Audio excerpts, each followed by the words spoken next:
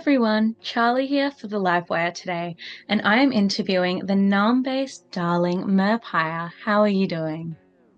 Hi, Charlie. I'm doing good. I've got a hot water bottle in my lap, so I'm pretty comfy. No, I love that. Now, speaking of things I'm loving, your latest release, Bigger, is out everywhere now. It's a little bit of a cheeky, flirty bop. I have been obsessed. It has been on repeat. Let's dive into this song. Can you tell us a little bit about what this song is about? What were your inspirations?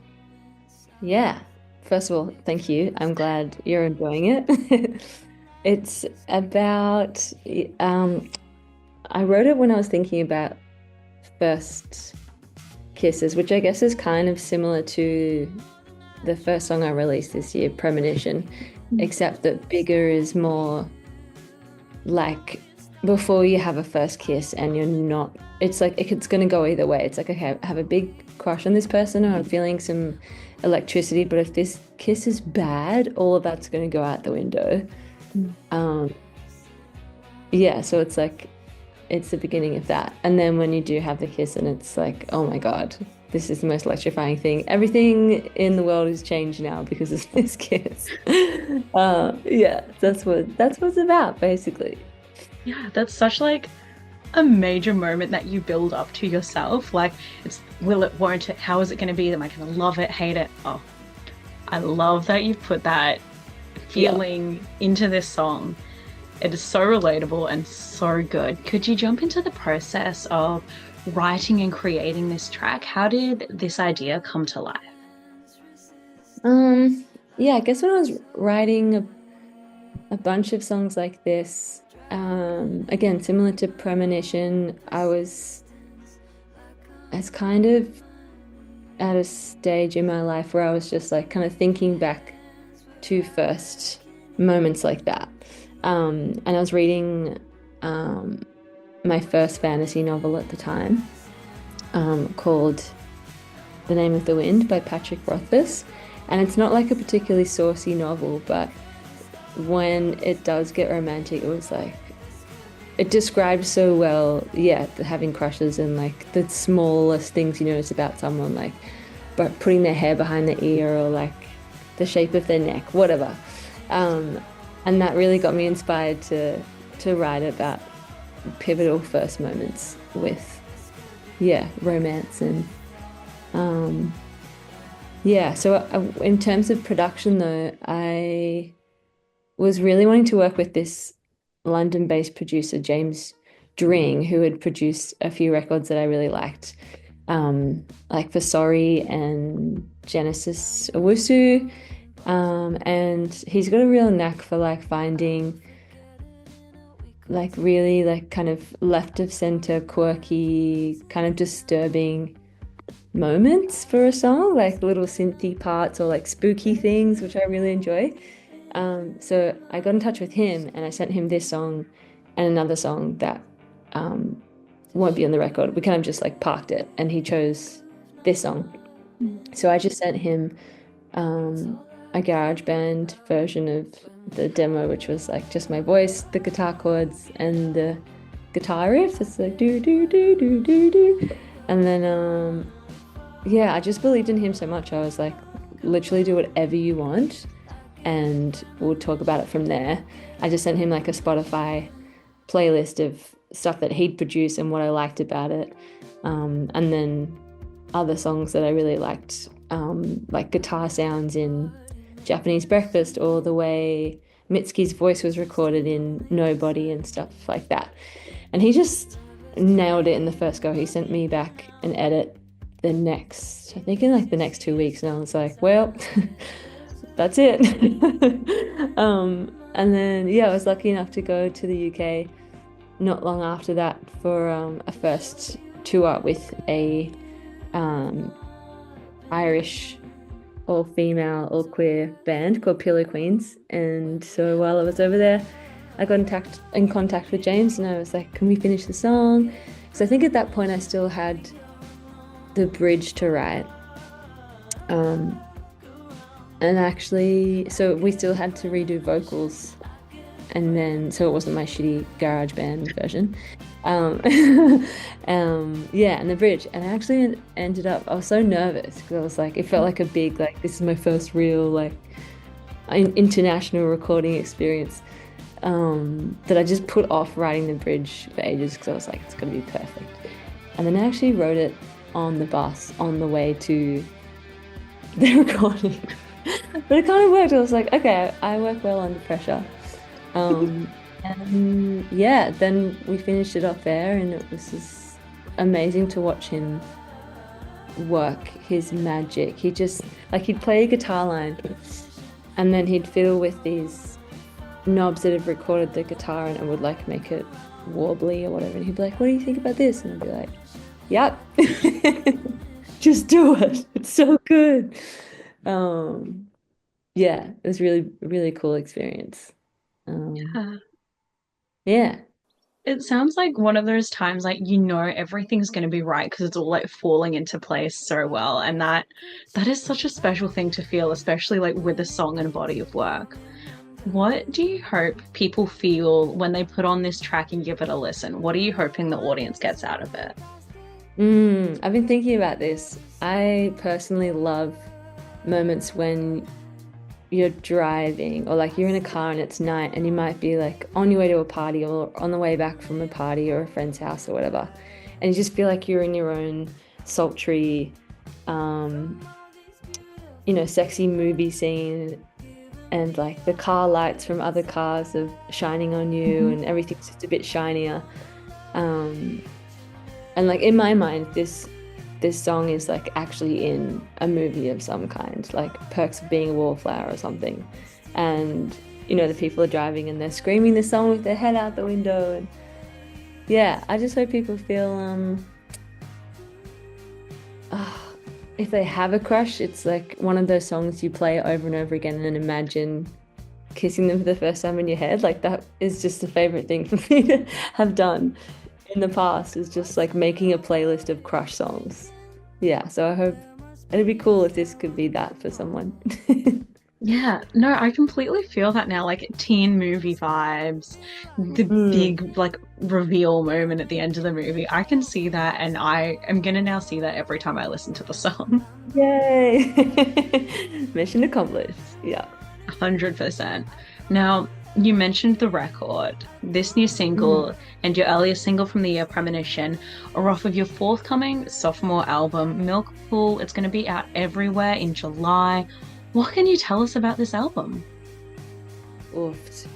I'm so excited about it. I think it's cool because it's like for me anyway, it's like a deeper, darker, maybe more honest version of my writing. And I think it's expanded. It's like my first album was in like a 2D cartoon version, and Milk Pool is almost 4D. It's like 3D, and then you can also smell it and taste it and feel it. Yeah, so there's like a few other bops on the record, as you described, boppy songs. And then there's maybe half boppy songs and then half super intimate and vulnerable songs as well. Also about, either unrequited love or and there's one on there actually that's more about that I wrote after watching a movie. Maybe I won't mention too much of that because I will want to talk about it when it comes out. But everything's based around unrequited love and movies and daydreaming. Um, yeah, and there's a lot of different moments of music that I haven't used before, as in like sounds I haven't used before. Like there's a piano song which I haven't done before. Um, yeah, I think I don't know what else to say apart from that. Yeah. That's fair enough. I'm really intrigued on that movie side. I'm hoping there's like a Merpire film club that pops up with a list of all the Oh my God. recommendations. Imagine. Yes, it's a great idea. Writing this down. Yes. And like I read that this album is like for the romantics, the daydreamers, and those moving through like intense periods of change. That Mm. really resonates for me, and I feel like that's going to resonate for a lot of people. Is this kind of how you felt when you were putting it all together? Were you the romantic and the daydreamer and going through the periods of change, or is this kind of an end result that the album is speaking to that wasn't really how you were feeling? That's a great question. I think often what happens for me when putting together, yeah, a body of work to put out into the world, it's not until I think about the stories of the songs, and that will come with like getting ready for PR campaigns, obviously. So my Australian PR person, Liz, who put together, um, you know, teed this up, our interview up, is really good at asking questions about the songs to get out even things I haven't properly thought about yet and how songs might connect, um, which I find really exciting because sometimes it's like my brain is giving me clues to things I'm working through before I even realize that I've been working through them. And that is very evident on this record of between Premonition and Bigger and What's to Come. It's like all these songs connect to as like an alarm bell in my head being like we weren't happy with how I feel like I was presenting myself in the world in terms of leaning into my own desire and being more forward with the fact that I desire lots of people in like a platonic or not way, and I desire or I get romantic feelings for places and things, and that's who I am. But I think for a long time I felt like that wasn't not that it wasn't real, but it wasn't something I felt a kind of guilt or something for like crushing on lots of things and lots of people all the time. You know, it was like there was a shame sense of that for a long time. And I think it wasn't until writing this record and leaning more into that I built a lot of that shame up in my head. And actually on the outside, it's just that's what everyone does. That's what everyone feels. Not everyone, but a lot of people. And it's normal. And yeah, that feels freeing and empowered. Yeah, to lean more into that in an outward way. Yeah. Yeah. And it's like it's such a thing you don't realize what you're doing to yourself, or like you don't realize you're putting yourself through something until you sit back and reflect on it and you go, wow, yeah, I truly wasn't like happy. I truly wasn't actually experiencing life the way I deserved to. Yeah, Yeah. Mm. totally. And it seems like such more of a bigger deal in your head than what you're putting out. And you're the one keeping it small or yeah, quiet. Yeah. Yeah, absolutely. Oh, it sounds like there is a lot of like self-exploration in this album and behind this album, which is going to be such an exciting thing to jump into, like as a fan in the audience, to like unpack everything you were going through and see how that relates to Mm. everyone's own individual story. Are you feeling there's going to be certain songs that are going to resonate with people in ways that you might have not expected?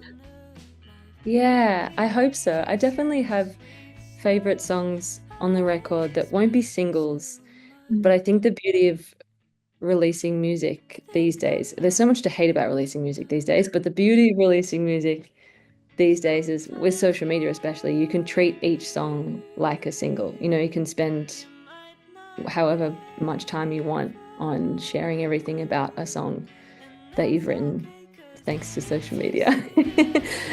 So I'm excited to do that. And in fact, that I think those songs that I'm thinking about, like this piano song, I have really clear visuals for.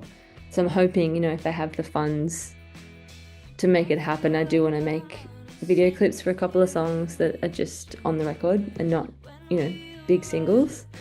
Um, yeah, because they mean a lot to me. And in fact, the very close few friends I've shared the album with already have resonated with a couple of these songs I'm mentioning. Yeah, so I'm excited to see if that happens for more people. Yeah, and that's also like the beautiful side of social media. As soon as Mm. people press play on the record, you will know what people are liking and like which songs people are vibing with more than others because they're right there and they will tell you. And that I think that's like a really beautiful thing. It's we used to have the age of you'd only hear these album tracks if you bought the physical CD because you couldn't listen on streaming and they weren't played on the radio.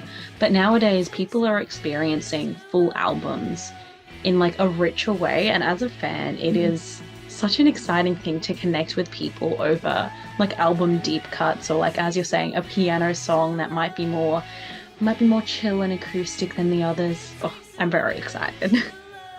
Yeah, me too. You're making me more excited. Talking about like this is really nice. Oh, now it's just the wait. You know, what, I 2 months, know. 3 months? I don't know where we are in the year, but it'll Yeah, be no, out it's crazy. soon. Yeah, about 3 months. Ooh. Yeah. I mean, I need that time personally to do others to get things sorted. Well, it's sorted, but I mean, like, the classic build up is Oh, there. yeah. The finishing touches. Yeah, yeah. Yeah. And you were mentioning, well, we were mentioning audiences and putting out music in the modern world. Now, Mm. there is no denying times have been a little tough for our Aussie music scene. I know you know this firsthand, and you put in an awful lot of work to support the Australian music industry during the yucky times of a few years ago that I'm not going to mention by name with Isolate, which was massive. One of the main things that really kept me connected to music as a teenager in the lockdown. I couldn't go out to gigs when everyone else in that age would normally go out to gigs and experience Mm. music. So that was a real way that a lot of young people like myself really connected with Aussie music and up and coming acts. Such a special thing. But times seem to just be getting a bit more tougher and a bit worse for our Aussie musicians and our local music artists, especially. How would you suggest that us audience members, us fans, people who are coming across you for the first time with this interview, or people who have been listening to your music for years, how can we get Mm. together and support artists like yourself with the release of your new record? It's a good question. Yeah, I think if people can be bothered and if they're open to being on social media, it's the best way is to share it with your friends. Mm. It's word of mouth is still, I think, obviously the most authentic, so like someone's gonna have a higher chance of clicking on the record if their friend has sent it to them than if they see an ad for me and they've never heard of me.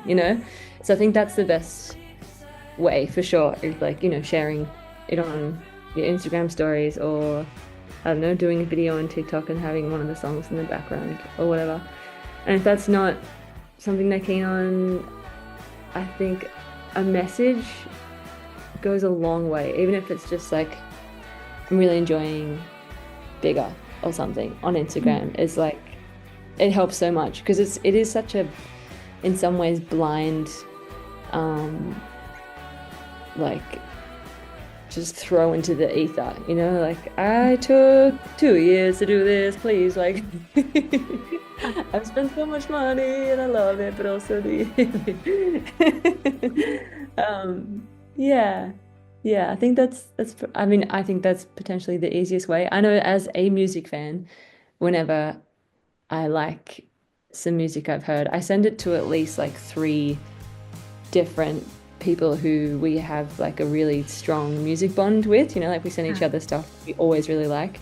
I don't know, like the friend that has really good taste in food and you like trust their taste buds. Mm-hmm. Yeah, similar.